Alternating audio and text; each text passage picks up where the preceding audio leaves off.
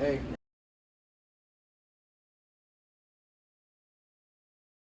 It's Dave Sharpening. This is Tony's knife, single beveled Santoku. As you can see, it's got a very heavy angle on one side, very little on the other. So we're going to sharpen it around like an 80-20, because the last time I sharpened this, I made it more of an 80-20 than a single bevel. David, I have a question. Yeah, what does 80-20 mean? 80% sharpened on the beveled side and 20% sharpened on the non-beveled side. So you still get like a super aggressive single bevel without it being like super fragile. That's an issue you can have. So you have a strong edge, but also a support on both sides. Single bevel, just like that. Mm-hmm. So 80-20 is more like. Okay, so just. So we got his single bevel. We're about to sharpen it on the 1000 grit 90-watt Sharpening Pro stone. We don't need to go straight to the 220, but if you have a dual knife, like very dull, I would definitely recommend start at the 220 to 400 to set your angle to get your burr. Move on to 1000, and then you can go anywhere from 4000, 6000, 8000, 10,000 if you're crazy. I prefer just 6000. Anything above that, there's no point really. So we're just gonna start sharpening this right here. All right. Get the fuck out of the way. Starting around a 13-degree angle. Long, slow movements on the stone. Don't be choppy. Don't fuck up your stone, don't fuck up your knife. Most important thing. To maintain the angle, you'll notice something's wrong. The first thing you should trust when sharpening is your hands.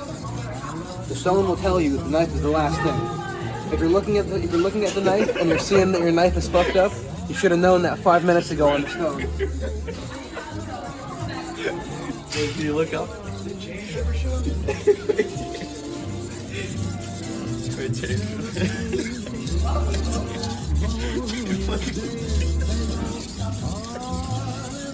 Dave, can you talk to the camera while I'm here? So, we're in the finishing process of the 1000 grit stone. I can feel the burr starting to form on the beveled side. We're almost 80% of the way done, as we stated prior. Just stare up. Long, slow finishing movement. Check your angle. See it's no. Check your angle. Ensure it's consistent. So the angle is just like the line of like the. Yeah, the steel here taking Yeah, down. like you don't want it to be like super like far on one No, side. no. Feeling the opposite sides for a bevel. Do a bevel in the middle portion, front and back. Still need a little work. Continue. Dave, Continue. talk about the water a little bit. Oh, yeah, so you don't want your stone to be super wet. You want it to be like moist. You want like a millimeter max of water on the surface at all times. If it's too wet, you're not going to have any grit buildup. We're going to release.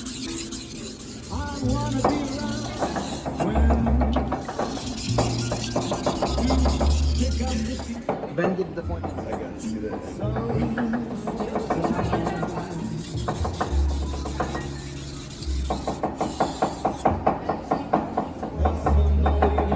At this point, you can see the angle is formed pretty nicely. Other side, you can feel a very prominent burr. So you rub your finger along the side. So at this point, you formed your burr. So this portion, we're going to be doing a lot less sharpening at a much steeper angle, around 8 degrees. Slab. Yeah. So you're going steeper now that you're trying to get rid of that burr. Yeah. So this is the 20 side. Yes.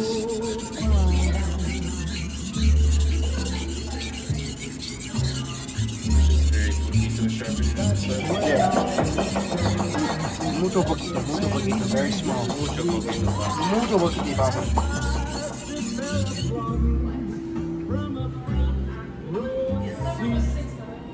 Feel for the burr on the first side. Burr is formed on the previous side. So now you have to do long, The camera is who you're talking. steady, slow movements to remove the burr. 2 strokes per side until you feel nothing. What if you do 3? You can do as many as you want, but it's recommended to keep it consistent so you don't alter your ratio. At this point, to the other side, feel how there is no burr. It has been fully removed. At which point you have no burr and you feel that it has become sharper than it was previously. Then you can move on to the next stone. Rookie mistake, don't move on to another stone too quickly. Once you start seeing a burr, people tend to be like, oh, it's done, I can move on. No, the burr is the halfway point. The burr is the goal. Your next goal is to remove the burr. Can you talk about what stone you just switched over to? I switched over to the 6000 grit 90-watt Sharpening Pro stone. So much? This is It's a much finer grit, much finer grit. So you were just at the 1,000 grit. 1,000. Now you're at the 6,000. And this will act as a polishing stone and a finishing stone. So it will refine the edge and make it less toothy, but more like slippery.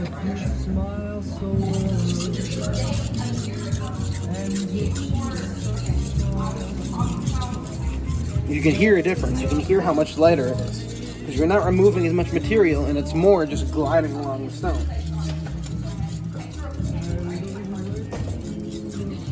A lot of people say you should count the passes. You should count like 10, 12, 14 passes per stone. So that's some pussy shit. I disagree. Don't count your passes. The knife will tell you when it's done. It's like counting the seconds you sear something for. When it's brown, you take it out the pan. When it's sharp, you stop sharpening it. If you count it, what you're gonna do is you're gonna end up with an under-sharpened knife, but you're not gonna know what to do because you counted it.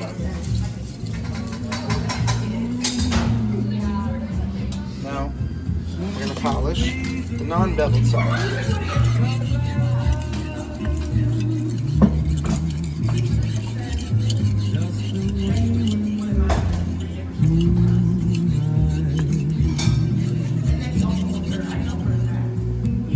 Do a final edge polish along the whole stone to a point where you can see the mirror shine all along the edge, all the way to the tip. Sharpen all the way to the tip. That's the number one thing. Always the tip. Always the tip. Don't forget.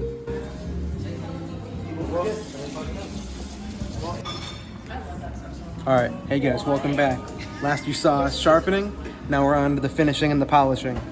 Here we have a leather strap. As you can see, we have a rough side and a smooth side. Rough side first, 10 to 12 passes per side. Smooth side around 5 passes per side.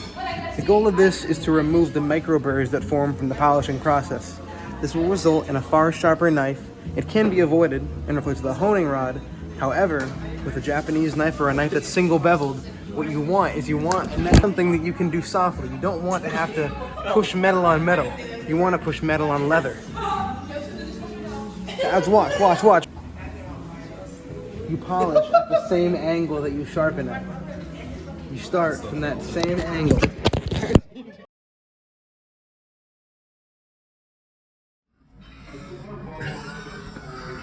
Alright guys, we're back. Here we go.